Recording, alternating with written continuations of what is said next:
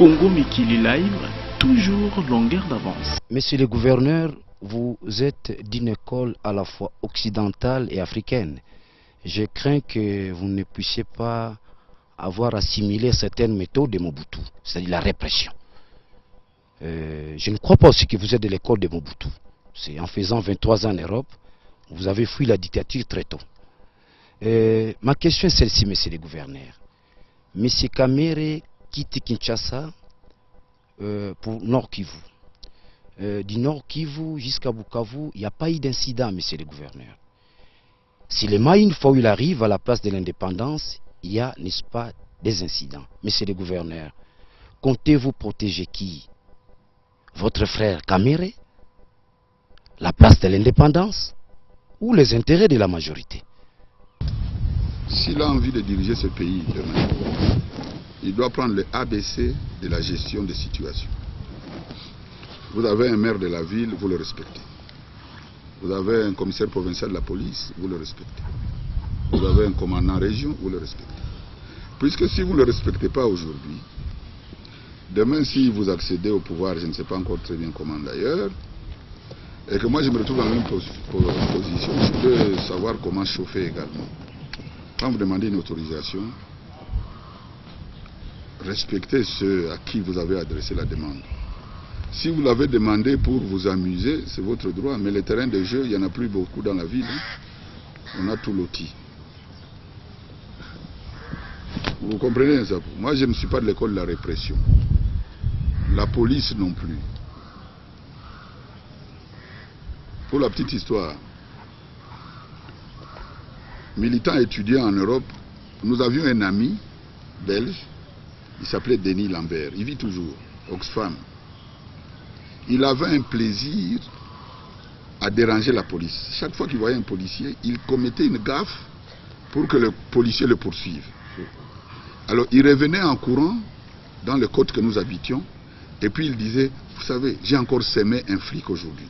J'ai piqué un chou sur un étalage, j'ai fui et il n'a pas su me rattraper. Si c'est à ça que voulait jouer l'UNC, c'est leur droit. On vous dit, ne vous arrêtez pas à la place. Vous vous arrêtez à la place. Et alors, comme vous voulez diriger demain, première opération, apprenez à compter. Quand vous voulez diriger, il faut apprendre à compter. Vous dites que vous avez entre 300 000 et 400 000 militants, sympathisants et curieux. Il y a des curieux aussi dans toutes les manifestations. Alors, moi je ne fais pas la guerre des chiffres, parce que j'étais un manifestant professionnel. Mais j'espère que vous croyez plus dans la MONUSCO que nous. La MONUSCO a produit un rapport. Le rapport de la MONUSCO, j'ai appris l'anglais mais je le parle mal. Mais il est bien dit que autour de 16h30 à Bukavu, le président de l'UNC, parti politique, arrivé à Bukavu, a été accueilli par une foule estimée approximativement à 3000 personnes. Là, c'est une approche. Oui, mais entre 3000 et 300 000, si vous voulez diriger demain, il faut faire attention. Ça signifie que vous ferez la commande pour 3000 personnes alors que vous avez 500 000 qui attendent de manger. Mais vous allez créer les émeutes de la faim. Il faut déjà apprendre à compter. 3000. Si vous contestez la MONUSCO, demandez aux amis de l'UNC d'aller à la MONUSCO discuter des chiffres. On leur dit, allez au stade de Kadutu. Quelqu'un dit non, première version. On ne peut pas aller dans ce stade puisqu'il ne saura pas nous contenir. Nous sommes très nombreux, 3000. C'était une façon de protéger la Deuxième population. version, le stade est piégé. Ça signifie que c'est eux qui l'ont piégé. Parce que nous, on ne l'a pas piégé. Pourquoi voulez-vous que je piège le stade? Et le stade est resté ouvert. Vous quittez l'aéroport. Vous avez une sono sur un camion, puisque vous avez parlé de Kavumu, d'un camion. Vous avez une sono. Vous venez à la place de l'Indépendance, vous voulez monter pour parler à une foule estimée au tiers de la population de Bukavu. Sans micro. Non, cela provoque. Ça, c'est Denis Lambert. Mais il y a 40 ans que moi j'ai fait ça. Provoquer les policiers, il y a 40 ans. Et on ne joue pas à ça quand on veut diriger un pays. Vous savez, l'histoire de ces pays, vous n'allez pas la changer aujourd'hui. C'est une histoire qui se répète. Vous commencez l'opposition par des manifestations. Vous faites Moïse. Vous faites Moïse. Donc vous criez beaucoup. Vous conduisez le peuple d'Israël et vous mettez sur la montagne, vous voyez Israël, mais vous n'y arrivez pas. Vous avez compris? C'est la Bible, puisque des passages à Bukavu, j'ai même apprécié qu'il est devenu très biblique. Il m'a cité des versets bibliques que je devais lire. J'ai beaucoup apprécié. J'ai beaucoup apprécié. Vous voyez, les voies divines sont insondables. Je ne sais pas qui de lui ou de nous ira au ciel ou en enfer. Je ne sais pas, ça c'est Dieu qui sait. Parce que lui, il sait comment nous mourrons. Mais on ne peut pas dire qu'il faut respecter la police. Si on veut un jour diriger, premier réflexe, respecter la police. Nous sommes en pleine situation de réforme de la police nationale. Vous ne trouvez pas mieux qu'il vaut mieux les aider à avancer dans le bon sens qu'à demander à des jeunes gens de leur jeter des pierres à la place de l'indépendance sur une avenue. Je n'ai pas voulu parler, Chungu, de toutes les avenues de retraite dans la ville. Vous demandez aux jeunes gens de brûler les pneus sur l'avenue et vous y passez sans gêne le lendemain. C'est pas gentil. Vous avez compris? Si vous voulez diriger le pays demain, ne jouez pas à Moïse, sinon vous n'arriverez pas à la terre promise. Vous regarderez du sommet de la montagne le pouvoir qui est là-bas, vous ne l'aurez pas. On ne peut pas avoir le pouvoir comme ça. Monsieur le gouverneur, il y a donc Tshishamba n'est pas répressif. Même mieux, vous dites que j'ai passé 23 ans chez les Occidentaux. Je ne dis plus chez les Blancs, puisqu'il y a des Noirs qui sont devenus Belges, Français, Britanniques, Canadiens, et c'est une bonne chose, le brassage de population. Je voudrais revenir sur ça, Daniel, puisque vous fréquentez Caméré comme moi je l'ai fréquenté aussi. J'étais des amis à l'époque, des grands amis. On vous voit à Sand City, vous deux. Oui, vous étiez un trio là. Oui, d'un côté, il y a Général Etumba, il y a vous trois là, des grands stratèges.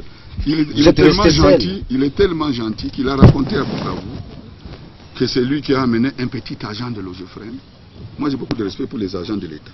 Moi j'étais un agent de Logefrem, petit peut-être de détail, mais pas petit dans les fonctions. Et qu'il m'aurait donné le travail. Non, moi je croyais que j'ai travaillé sur le président Kabila. Quand je suis revenu, on m'a nommé conseiller à la présidence. Et puis conseiller présidence à la présidence. Et puis gouverneur de province. Je n'ai pas eu l'occasion de travailler avec lui pour qu'il me donne le travail. Il est allé loin, dans le privé. Il aurait accueilli la famille Tshichambo, il a dit aux femmes politiques du Sud Kivu, et il aurait logé la famille Tshichambo pendant 2 ans à ses frais, dans un hôtel de Kinshasa.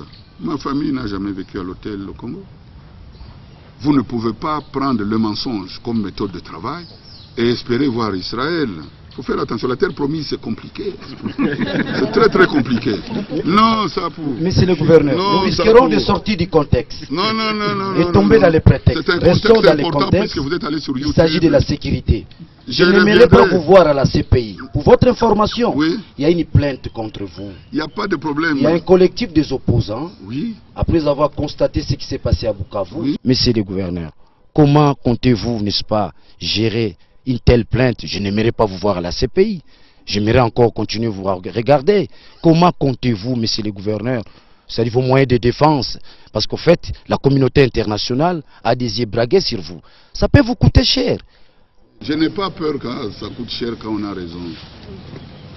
Retenez ceci. Vous voulez fréquenter les grands de ce monde. Si le gouverneur de la province du Sud Kivu était le petit assassin dont parle Ewanga, un ancien gouverneur, je voudrais faire son bilan comme gouverneur de la province de l'Équateur. On m'a dit qu'il est passé à Kinshasa sur une télévision. C'est un ancien gouverneur, n'est-ce pas? Un ancien collègue. Donc nous serons un jour ensemble dans l'association des anciens gouverneurs. Et il raconte des choses. Vous savez la stratégie de l'UNC à Bukavu. Le premier jour, il y a eu 2 morts. On a cherché les morts. Il n'y en a pas. À la fin, c'est devenu un seul mort. On a cherché, il n'y en a pas. Ce que je risquais de faire, c'était d'empêcher à l'équipe de l'UNC en promenade de santé à Bukavu reprendre l'avion pour Kinshasa sans m'avoir montré les cadavres. J'aurais pu jouer à ça si je voulais faire du tort aux gens. Ils sont partis, ils ont changé de stratégie. Comme nous avons parlé des cadavres, Et mon frère dont vous parlez, au lieu de m'appeler, il a tous mes téléphones et il les connaît par cœur. Il a préféré appeler la voix de l'Amérique. Puisque quelque chose lui fait croire que lui il connaît la voix de l'Amérique et pas nous. Et la voix de l'Amérique m'a rappelé pour me dire non, je ne peux pas faire passer ça avant que vous me donniez votre version. Vous trouvez les frères qui viennent, ils débarquent dans le village, ils ne disent pas aux villageois qu'ils ont laissé petit agent de Logefrem, qu'ils sont des passages et qui viennent du ciel. C'est ça qu'on devait faire. Donc la CPI, ce n'est pas celui qui crie fort, qui s'en tire. Il y en a qui peuvent aller à la CPI et qui sont dans son camp et il le sait. Donc s'il devait un jour aller à la CPI, il ne faut pas en faire un drame exagéré. Il y a des anciens chefs d'État là-bas. Je n'ai pas eu le temps d'apprendre le néerlandais quand j'étais en Belgique. Comme c'était une prison à Hollande, je peux profiter de mon séjour là-bas pour faire le néerlandais, mais seulement le néerlandais, monsieur. Mais il faut être sûr que ce n'est pas eux qui iraient. Quand on dépose une plainte, quoi de plus normal? C'est l'exercice démocratique. Mais il ne faut rien exagérer. Il n'y a pas eu de mort. On a changé la version du mort. On n'en parle plus. Il y a même des petits malins qui ont dit non. C'est une femme, mais on a caché le cadavre. Qu'ils viennent montrer le cadavre. Comme dirait le ministre de la Communication, le ministre Mende, ils n'ont pas eu de chance ce jour-là. Il n'y a même pas eu un mort naturel dans un hôpital. Est-ce que ça, c'est ma faute? Est-ce que ça, c'est ma faute? Monsieur le gouverneur. Vous comprenez, la CPI, moi je respecte la CPI. Monsieur le gouverneur. Si je devais y aller, à cause de ça, je préfère y aller la tête haute. Je sais que je ne me reproche rien, je ne reproche rien à ma police, ni à mes services. Mais jouer à la provocation pour espérer aller envoyer les gens à la CPI, c'est la meilleure façon d'y aller avant celui qu'on veut y envoyer. Vous avez compris? Moi, je ne peux pas lancer un parti politique. Vous avez parlé d'ethnie. Et faire mettre sur des motards, sur des motos, des motards qui chantent que les Rwandais doivent rentrer chez eux, puisqu'on vise une communauté. Je ne le ferai jamais. Je ne suis pas dans la culture de l'ethnisme, ça ne m'intéresse pas. Monsieur le gouverneur, j'aimerais que nous puissions nous reposer un peu, c'est-à-dire aller vers l'histoire. Non, je sais, nous allons visiter l'histoire. Vous pouvez vous reposer. Non, j'aimerais que nous puissions visiter l'histoire. Le passé nous enseigne. Visitons l'histoire. Monsieur le gouverneur, je ne crois pas que vous allez me contredire. Je ne sais pas, essayez. Qui a façonné Tien Tshisekedi? Je crois que c'est Mobutu. Comment? C'est simple, vous avez la réponse, mais je vous facilite. Et à chaque donc, fois qui a façonné Kamere? J'en arrive. C'est vous qui le dites. J'en arrive. L'histoire se répète, monsieur le gouverneur. Oui, alors, à son temps, ça s'est terminé comment? À son temps, Mobutu s'est donné le plaisir, n'est-ce pas, de traquer Tshisekedi. Et le peuple a toujours eu l'audace de soutenir les faibles. Et en fin de compte, Tshisekedi est devenu Tshisekedi. Et aujourd'hui, on a du mal à le maîtriser. Il a été déjà façonné par Mobutu. Mais c'est le gouverneur. Kamere aujourd'hui, il a pignon Syrie. Kamere aujourd'hui est en train de monter. Kamere aujourd'hui vient d'être intronisé par le peuple du Sud Kivu, à l'accueillant massivement. Monsieur le gouverneur, 3000 sur 6 millions. Monsieur le gouverneur, n'avez-vous pas d'autre stratégie? Cher ami Daniel, si vous pensez que nous sommes en train de le façonner et que vous êtes de sa tendance, vous devriez déjà être en train de faire votre composition de votre premier gouvernement. Ne vous gênez pas. Si nous sommes en train de le façonner, c'est ce que vous dites. Comme Mobutu a façonné Tshisekedi. C'est ce que vous dites. Nous sommes en train de le façonner comme Mobutu a façonné Tshisekedi. Le Moukoulumba Tshisekedi a eu la chance de former un gouvernement qui n'est pas resté longtemps. Donc si vous voulez répéter l'histoire, vous souhaiteriez que le président Kabila demande à Kamere aussi de faire un gouvernement de 3 semaines comment? Non, ce n'est pas comme ça. L'histoire se répète, mais l'histoire a changé. Le vieux Chichi, j'ai beaucoup de respect pour lui. Son combat était un vrai combat.